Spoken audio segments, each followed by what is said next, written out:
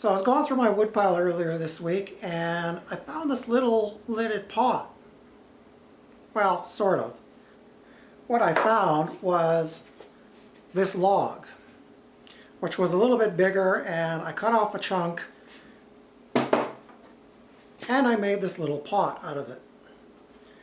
So if you want to see how I turn this into something like that, stick around. I'll show you how.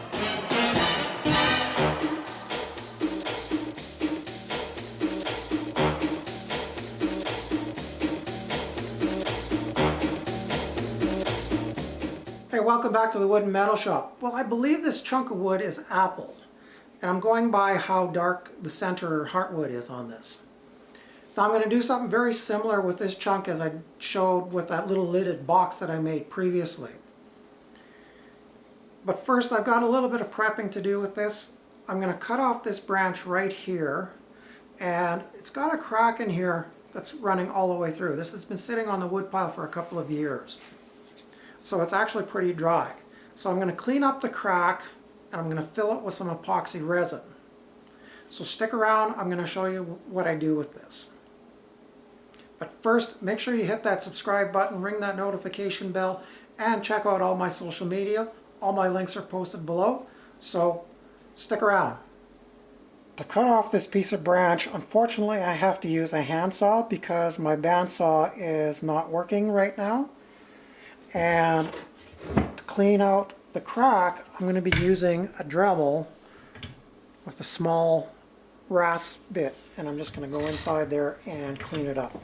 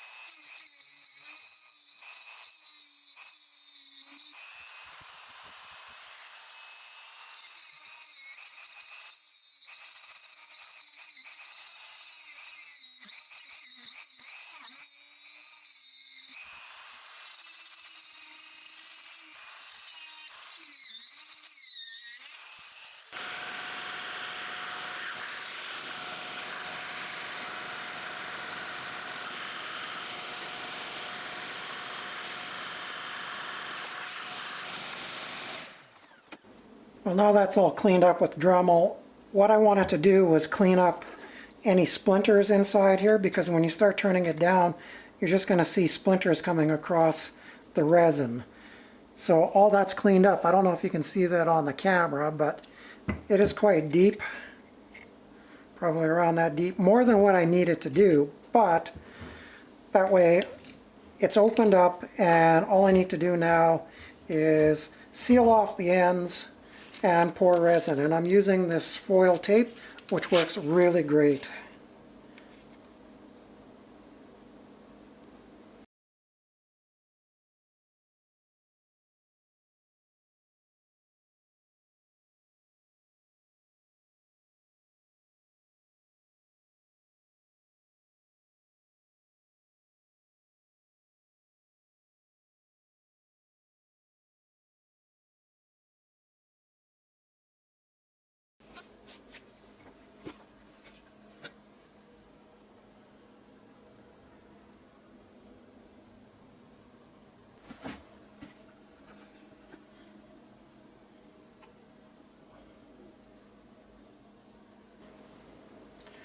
I'm using Epoxy Resin. It's actually bar top resin, but it works just as well for filling in cracks or even actually turning things. And to this, I'm just going to add some alcohol-based ink. And it works really well with this because this stuff cleans up with alcohol.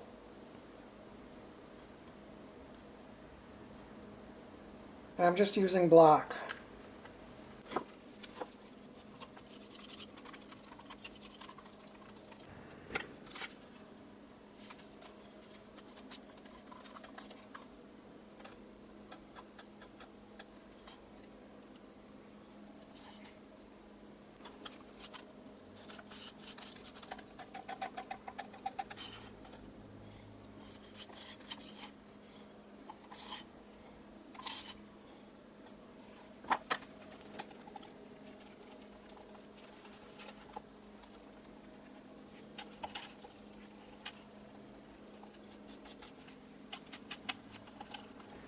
Alright, I've got this ready to pour, so all I'm going to do is pour it in slowly and then use the heat gun and just heat it up a little bit so it'll just run in freely into the crack, and then I'm going to fill it until it's completely full.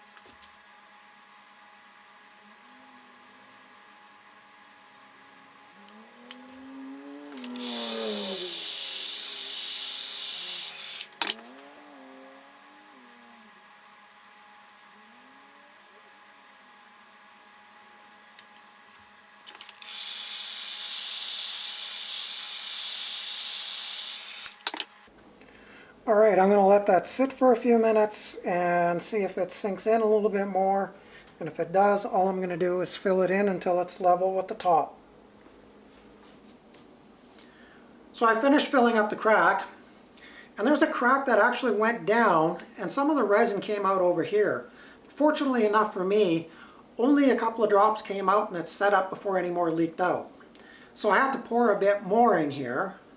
And I actually let this set up for 3 days because it was so cold where I live that I can't heat my shop at night. So I wanted to make sure it was cured all the way through before I moved on to the next step. So what I'm going to do now is I'm going to find the centers on both ends, and I'm going to drill a hole on one end, put the worm screw into it. Alright, I got this on the lathe. Let's see how fast I can start this up. I'm standing off to the side just in case it flies off.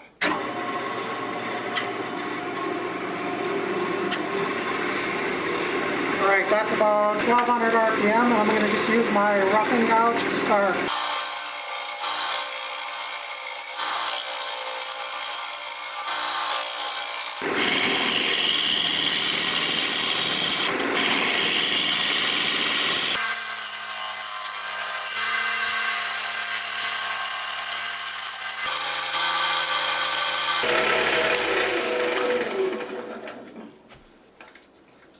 I'm going to put a tenon on here as opposed to a mortise. I normally do put a mortise on, but what's going to happen is when the jaws grab onto it, it's going to expand it and put pressure on it. And there's a bunch of cracks on here, and those cracks will just open up wider and possibly split the whole thing. So I'm going to go the safe route and put the tenon on.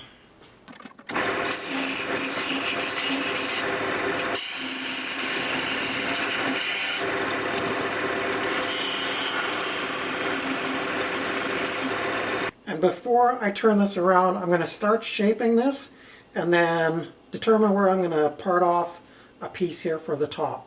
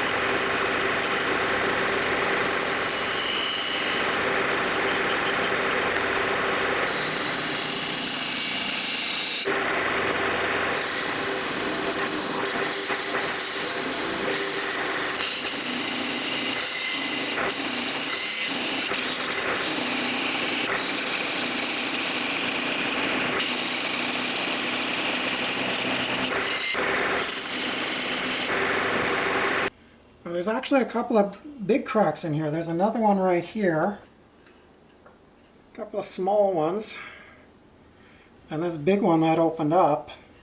So I'm going to part this off and I'm going to turn it around on the tenon, and I'm probably going to have to pour some more resin on there to fill it up.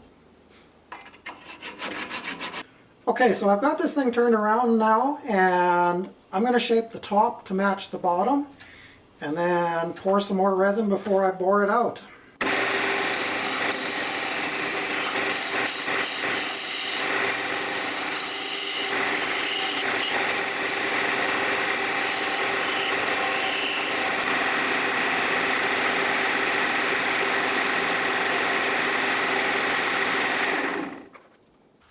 I filled that in with some black colored epoxy, so I'm just going to take the bowl gouge and scrape that back.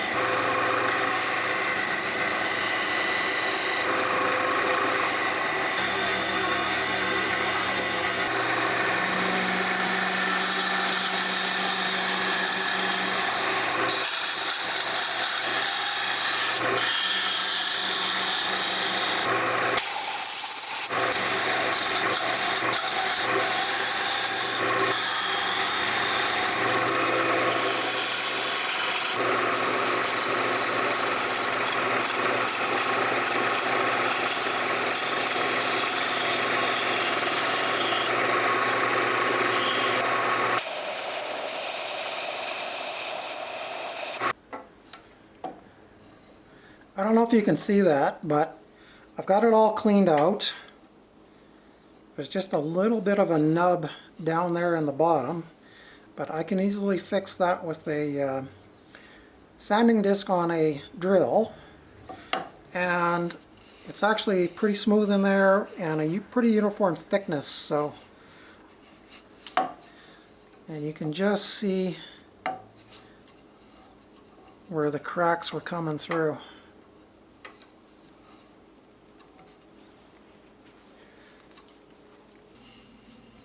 Some of the dye that I put in the epoxy is bled a little bit, so I'm just going to keep on sanding until that's gone.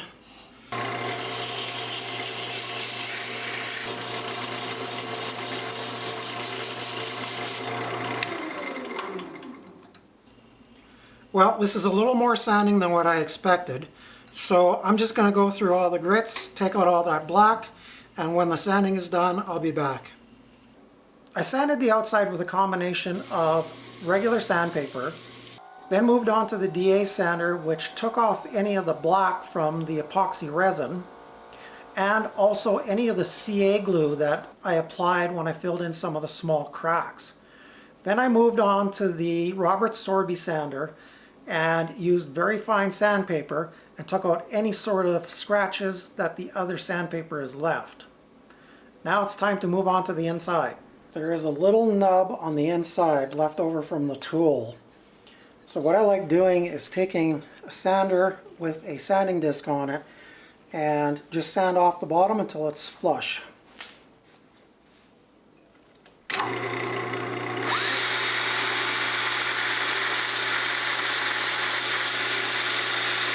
Now all I need to do is sand on the inside with regular sandpaper.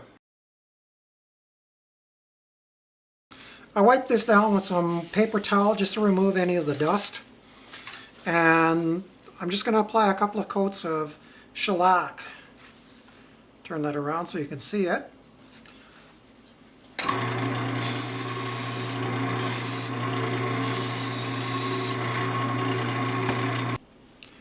Shellac will raise the grain on wood, so all you need to do is take some steel wool and just knock it back.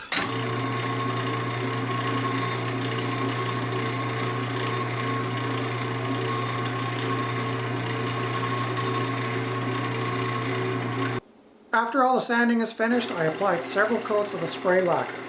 And after every 2 or 3 coats of lacquer, I wet sanded from 600 grit all the way up to 1500 grit. And then I applied one final coat of lacquer. I have the top part of where I'm going to make the lid out of on the chuck right now, and I still have the worm screw in it.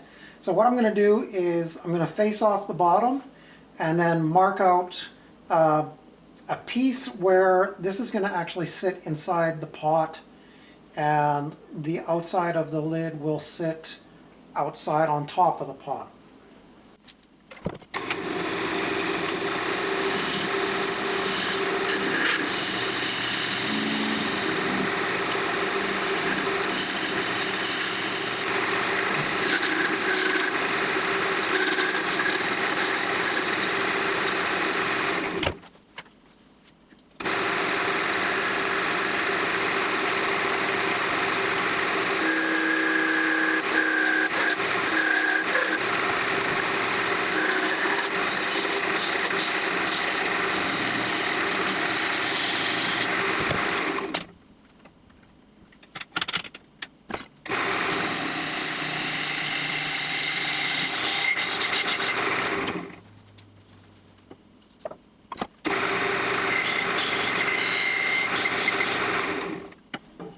I'm making the top really loose because this will shrink a little bit more and it will tend to bind up in here.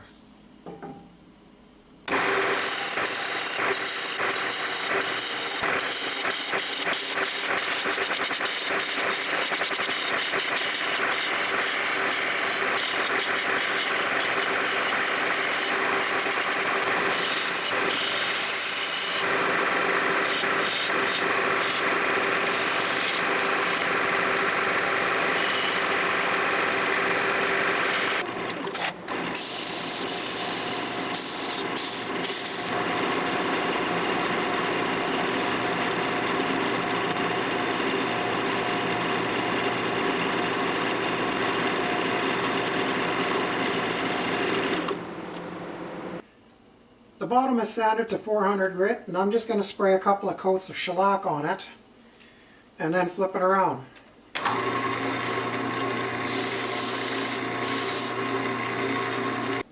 This spray shellac dries really fast and it soaks right in, so this was not even 2 minutes and it's dry.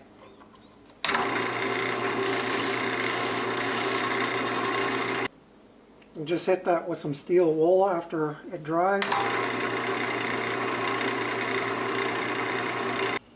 Turn this around on another chuck, and you can see I put some green tape on there so the jaws don't mess up the finish.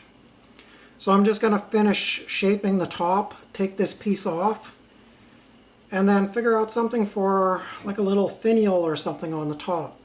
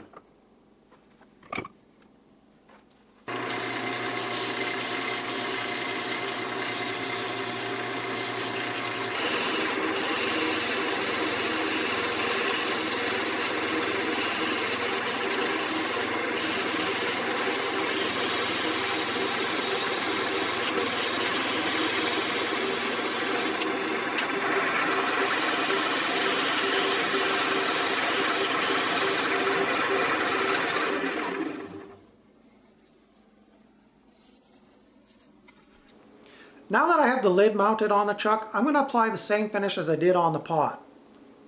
I applied 2 coats of shellac, and because shellac raises the grain, I gave it a light sanding with some steel wool. Then I applied several coats of spray lacquer and sanding in between every couple of coats, starting again from 600 grit all the way to 1500 grit, and then spraying one final coat of lacquer. I have the pot on the chuck reversed. I'm going to remove the tenon, and then I'm just going to concave the bottom just a little bit so it fits flat on a table.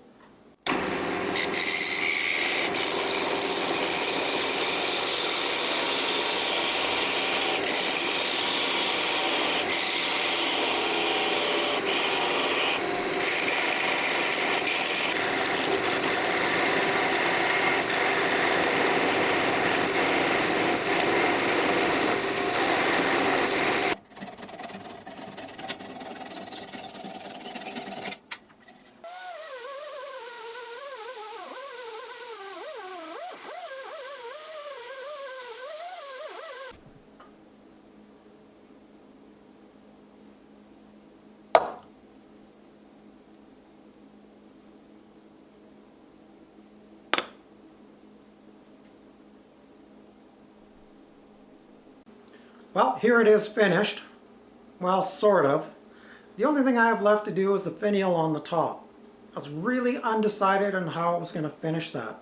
I actually made 2 of them, but I put them on the top and I didn't like how they turned out. So I didn't include it into the video. Other than that, it turned out very similar as the other one, with the exception of the lid and the finial on it.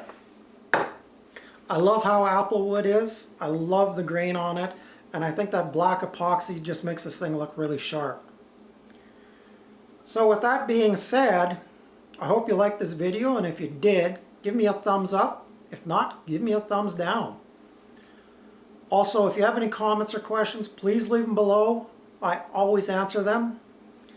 Also, follow me on all my social media. All my links are posted below.